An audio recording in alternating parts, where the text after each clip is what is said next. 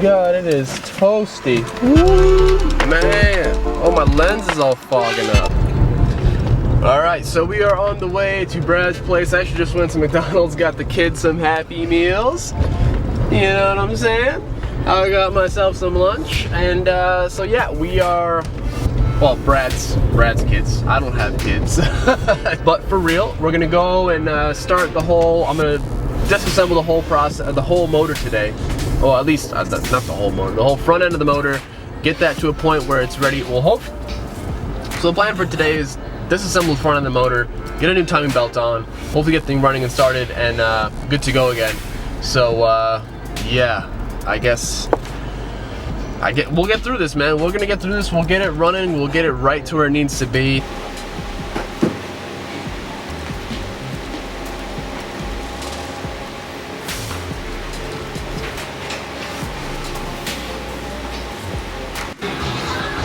All right, guys. So we're back here, Brad's shop, back home.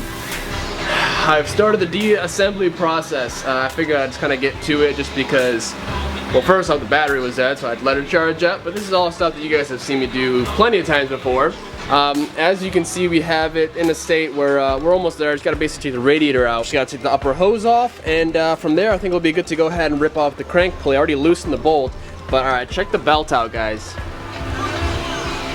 Yeah, you guys see all that there? It's only on this outer edge. My camera can focus on it, that'd be great. And if you can see what I was talking to you guys about, the cover that was extended, it's been hitting that, bro. And that's what it's been chewing up. And again, that could be one of the reasons why it's also walking out to the edge. That constant force wants to kind of bring it up and wrap it around. I don't know. Either way, it's got to be changed. We found it at the right time. I'm so glad that we did find it, man, because that would not have been good. So I'm just going to continue on, get this all disassembled, and I guess we'll kind of start dissecting. I'm also going to rip off the cam gears so we can see the condition of the seals, because it seems like they might be leaking. So we'll just go ahead and check everything out while we're in here.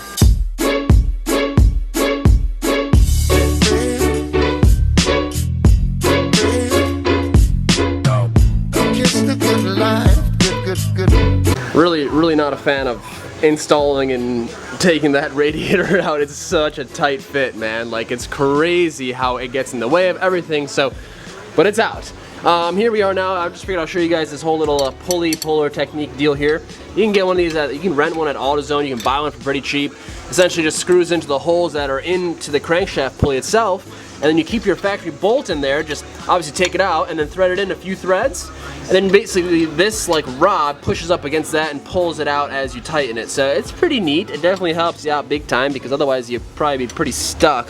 Sometimes if it's like brand new, and you may get lucky, and you can wiggle it out with 2 screwdrivers, but I actually had to make my own pulley puller when I was doing the one on my Z32. So, but yeah, you can go ahead and make one, you can go ahead and buy one. Just figured to let you guys know how you go ahead and do that.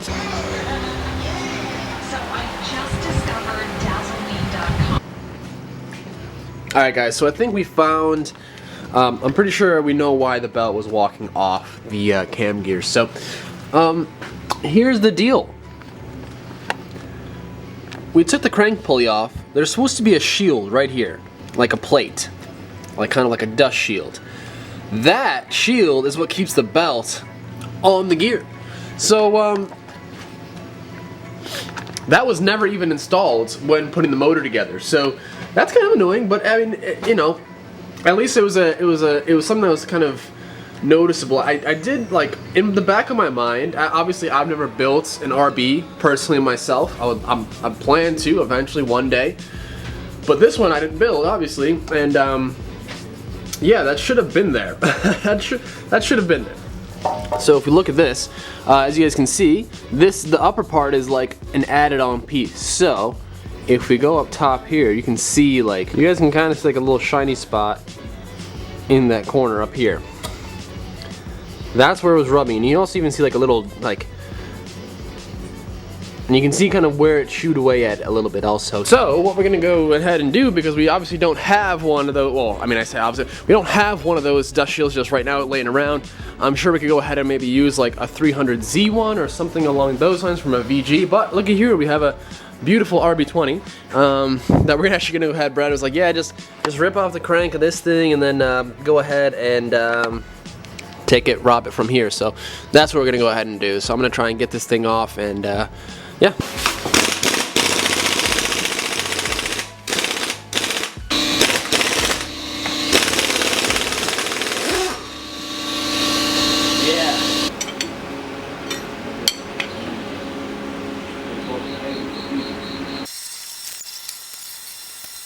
Brad, you're not gonna believe this, bro. What? This one doesn't have it either. No good.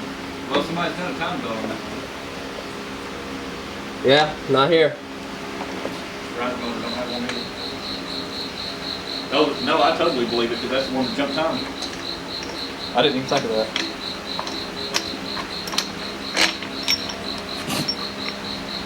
She gone. No kidding. And that was rubbing. Yep. She gone. Doesn't even have one. Come on. Welcome back. This is the Velocity channel and you are watching Swap Shop Garage. I'm totally just kidding. But for real though, here we are. Okay, well first off, let's back it up. The RB20 did not have the plate on it either, so I mean it's funny because that motor has 7 bent valves, or no, 6 bent intake valves, and it jumped a tooth. So whoever did a time belt job on that or did whatever they did on that thing did not do a great job. So we have a dilemma. I can't. Oh, here, hang on. I gotta drop the mic. All right, so just a quick heads up. For any of the like trigger people out there, if you guys have built RBs and you guys know about crankshaft pulleys and stuff like that, this had us tripping out a little bit. Check this out. I don't know if it's gonna show up. Hang on. Let me see if I can find it. Okay, so you guys see the teeth up top? You guys see how they're like more so a V? Check this out. See how those are more so a U? Look at the difference. You can see the difference right there. That is why we were having those crazy like loss of signal and like weird just breaking up issues, because I mean I could talk for a while about this and why it's happening, but it's just measuring different gaps, because the way it works, it takes the top, and actually the actual width of the top of the tooth is 0.5 millimeter too narrow for it to read accurately. It's 2 mil wide, and the working measurement area of the sensor that's in the car for this is 2.5. So this is a problem. However, I just found out that we don't even really need this anymore. Like, all these teeth are pretty much pointless because we're switching to an OEM cam angle sensor and not a home and trigger sensor wheel, or just whatever. I'm still learning. So if it sounds like I don't really know what I'm talking about, I kind of do, but I kind of don't. I'm learning. So again, like I said, if any of you guys out there know a lot about this stuff, please get in touch with me, man, because I love learning more stuff, and it'd be cool to just know how this is supposed to work, because clearly it's not working. I'm thinking maybe Brad was saying that there's a different type of sensor that works with this setup, but we don't even need any of this. Like, we're gonna slap this on. The cherry sensor is pointless. We don't need it. And sorry, it's super muggy out, so I'm probably looking pretty rough. We're just gonna run a factory cam angle sensor, and we don't need any of these teeth. Like, it's irrelevant. So we put the factory one back on, 0 issues. It's gonna run perfect. We don't need like a cam position sensor. We don't need a crankshaft position sensor. Just our OEM cam angle sensor with an AEM 24 count trigger disc in it. So we should be good as far as that goes. But yeah, like I said, toss some input if you guys have any idea on these 36 tooth wheels. Me and Brad were talking, like, it seems like the 12 and 24 tooth wheels are the ones to go with if you guys are building your own RB.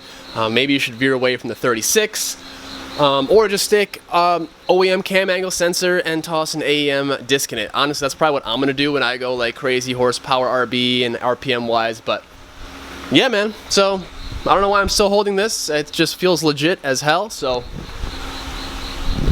we out here. But yeah, man, I'm kind of at a standstill until we find a washer, or that dust shield, because it's an OEM part. We can't really get one at the store. So if anyone out there has one in Kentucky or whatever, if you guys are local, have like just like a parts, like a scrap block or something that you can rip off the crank pulley and check if it has that thing in there, I will come and get it as long as you're not too far. If you guys can come and deliver it, that would be insane. But I'll see you guys back at the hotel. Alright guys, that's going to be it for today. I'll see you guys tomorrow. We'll get back to it and hopefully make some progress. If you guys don't see the video tomorrow, I apologize. Maybe I'll live stream and conduct a Q&A with the S14. But just because if I don't get a shim, what am I going to be doing all day? You know what I mean? I'll put the belt on, but that's about it. So, all right, guys. Thank you guys. Honestly, by the way, like all the comments, all the support in yesterday's video, you guys are really awesome. Like, it's so like awesome to see you guys being so supportive and it's really cool. It's really cool. It's definitely helping me out because I don't know if you guys can tell, but I'm stressed, I'm tired. It's been a really stressful trip. So, it's 1 o'clock right now. 1:11. I guess, is that lucky? Hope so.